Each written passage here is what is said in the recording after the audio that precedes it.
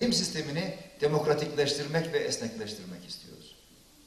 Ve bu yapı içerisinde de çocuklarımızın hangi eğitimi almak istiyorlarsa ve ilgileri neyse onu vermek istiyoruz. Yaşayan diller dersini bu bölgede açtık, Bingöl'de açtık. 117 öğrencimiz yaşayan diller Zazaca eğitimi almak üzere bizden talepte bulundu. Daha birçok dersler var, onları tek tek sizlere söylemek istemiyorum. Ama Zazaca ile ilgili bir şey söylemek istiyorum. Biz bu yıl Zazaca ile ilgili eğitimi açarken Kürtçenin bir versiyonu gibi düşünmüştük. Daha doğrusu kitabı hazırlayanlar öyle düşünmüşlerdi ve biz de onların uzmanlığına güvenmiştik.